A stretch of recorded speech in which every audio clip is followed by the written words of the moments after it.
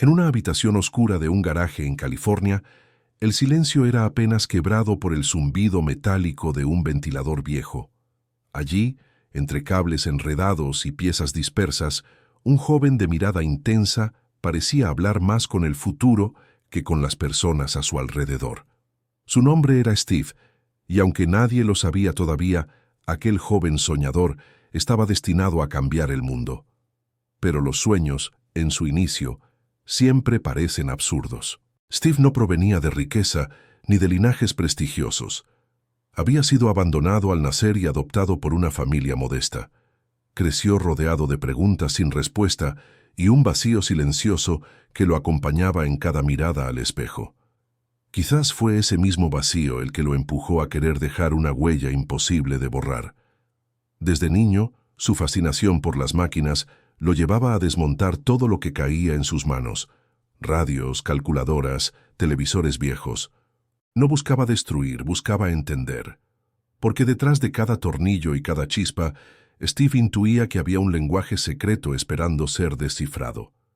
La primera chispa de su ascensión surgió cuando, junto a un amigo igualmente obsesionado con la tecnología, ensambló computadoras en un garaje. Era un tiempo en que nadie creía que aquellas cajas ruidosas pudieran servir más que para cálculos aburridos. Pero Steve veía otra cosa. Veía en ellas el reflejo de la mente humana.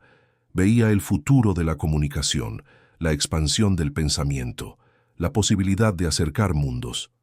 Con un carisma ardiente y una visión casi profética, convenció a inversores de que aquel garaje era la cuna de algo inmenso. Así nació Apple. Al principio, todo parecía un ascenso meteórico. La compañía crecía, el mundo comenzaba a conocer su nombre, y aquel joven rebelde con camiseta negra y jeans se transformaba en símbolo de irreverencia y genio.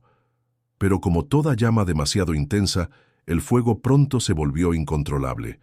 Steve era brillante, sí, pero también temperamental, perfeccionista hasta la obsesión, incapaz de conformarse con lo mediocre. Quería que cada máquina no solo funcionara, quería que emocionara, que respirara diseño, que tocara el alma de quien la usara. Esa exigencia lo llevó a choques violentos con su propio equipo. Y en un giro cruel del destino, el hombre que había dado vida a Apple fue expulsado de la misma empresa que había creado. Imagínalo un instante. El fundador, el visionario, reducido a un forastero. El eco de la humillación resonó en su interior como un abismo. Tenía apenas 30 años y el mundo lo señalaba como un fracaso precoz. Muchos se habrían quebrado. Muchos habrían aceptado la derrota y desaparecido en el anonimato. Pero en la oscuridad del rechazo, Steve encontró un terreno fértil. Descubrió que a veces perderlo todo es la única manera de encontrarse a uno mismo. Lejos de Apple, levantó nuevas compañías, como Next, y apostó en un estudio de animación que en ese momento parecía una locura: Pixar. Mientras las críticas lo tachaban de arrogante, mientras los periódicos lo catalogaban como un genio caído, Steve tejía silenciosamente la trama de su resurrección. Y el destino, con ironía poética, lo esperó en el mismo lugar donde lo habían expulsado. Apple, sumida en crisis, lo necesitaba de vuelta. Y Steve, con las cicatrices frescas y la mirada endurecida, regresó. Pero ya no era el mismo. Había aprendido que el genio sin disciplina se consume, que la visión sin humildad se quiebra, y que la verdadera fuerza no está en nunca caer, sino en saber levantarse con un fuego aún más puro. Su retorno fue el inicio de una segunda vida para Apple. Del iMac al iPod, del iPhone al iPad, cada creación parecía arrancada de un sueño futurista. No eran solo productos, eran símbolos de un nuevo estilo de vida, objetos que redefinieron la relación del ser humano con la tecnología.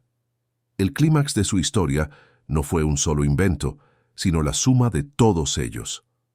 Steve se convirtió en un arquitecto del tiempo moderno, en alguien capaz de transformar ideas invisibles en realidades palpables. Y sin embargo, detrás de cada triunfo, la sombra de su mortalidad lo perseguía. El cáncer se convirtió en su último enemigo, un recordatorio cruel de que incluso los gigantes son de carne y hueso. Cuando finalmente partió, dejó tras de sí un vacío imposible de llenar. pero su voz, aquella que repetía, «Ten el coraje de seguir tu corazón y tu intuición», quedó tatuada en millones de almas. Steve Jobs no fue un santo, ni un héroe perfecto. Fue humano, intensamente humano, frágil y feroz al mismo tiempo. Y quizás sea por eso que su historia resuena como una fábula oscura y luminosa a la vez, porque lo que nos enseña no es a imitar sus pasos, sino a escuchar la voz que todos llevamos dentro, esa que exige autenticidad aunque el mundo se burle, esa que no acepta rendirse aunque la derrota nos arrebate todo. Steve Jobs nos recuerda que la caída puede ser un renacer, que la humillación puede ser el preludio de una revolución, y que el verdadero legado de un hombre no está en lo que posee, sino en lo que transforma. Así, entre la sombra y la luz, la vida de Jobs se convirtió en un faro oscuro para todos aquellos que se atreven a soñar. Y la moraleja, dicha en un susurro que atraviesa generaciones, es simple y devastadora. La vida es finita, pero el impacto de tu visión puede ser eterno.